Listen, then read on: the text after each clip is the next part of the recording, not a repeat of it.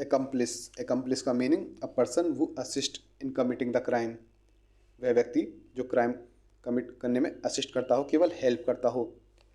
It is different from को accused, को accused से डिफरेंट होता है one who directly participates in the crime. को एक्यूज्ड क्राइम में डायरेक्टली पार्टिसिपेट करते हैं और एक्म्प्लिस केवल असिस्ट करते हैं, केवल हेल्प करते हैं। एक एग्जांपल से समझते हैं। मान लीजिए एक्स ने प्लान बनाया कि वाई को मारा जाएगा, वाई का मर्डर किया जाएगा।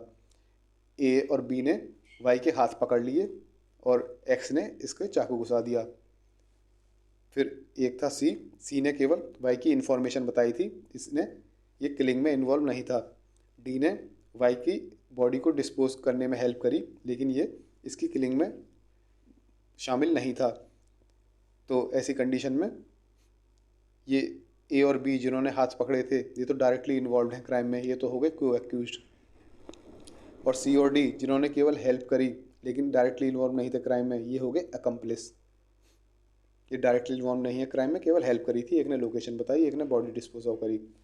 ए और बी जो थे ये डायरेक्टली इन्वॉल्व थे, इन्होंने हाथ पकड़े थे। तो here A and B are co-accused, C and D are accomplish.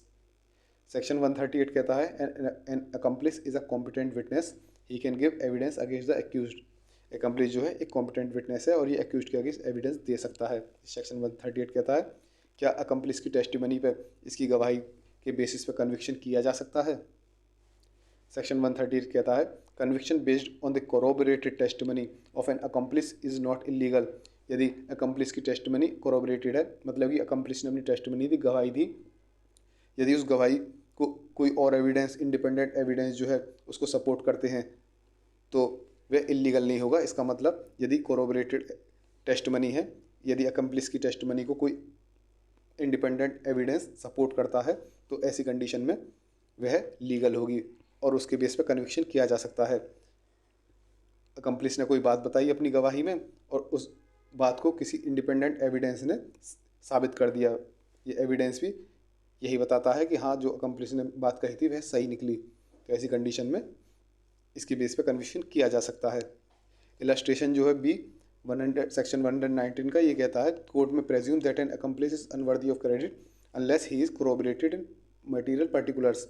ये सेक्शन भी यही कहता है कि यदि कोरोबरेटेड है तो उसकी क्रेडिट को वर्दी माना जाएगा, वरना नहीं माना जाएगा अकम्प्लिस की क्रेडिट को, उसकी विश्वसनीयता को।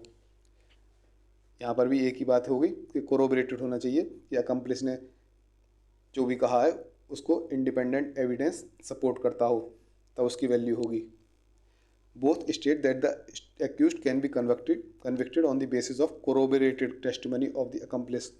कोरोबरेटेड टेस्टिमनी हो यदि अकम्प्लिस की, मतलब कि उसके अकम्प्लिस की टेस्टिमनी को कोई इंडिपेंडेंट एविडेंस सपोर्ट करता हो, तो ऐसी कंडीशन में एक्यूज्ड को कन्विक्ट किया जा सकता है। As a matter of caution accomplice evidence has to testify a double test. His evidence must show that he is a reliable witness and his evidence must be materially corroborated.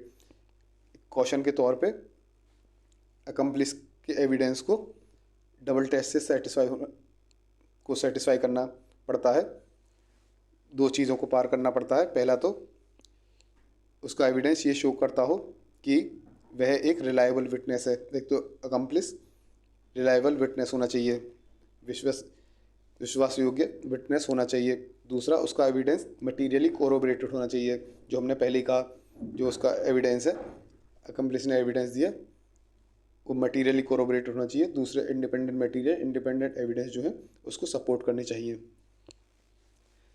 Case law लिखना हो तो Delhi state administration versus V C Shankar में court ने कहा था evidence of accomplice must satisfy double test, the evidence must be reliable, it must be sufficiently corroborated. एक तो evidence reliable होना चाहिए और दूसरा वह सफिशिएंटली कोरोबरेटेड होना चाहिए। ये हो गया आपका अकम्प्लिश। रिवीजन के लिए यदि आपको नोट्स चाहिए तो आप जानते ही हैं, वेबसाइट desillb.com पे जाकर ले सकते हैं।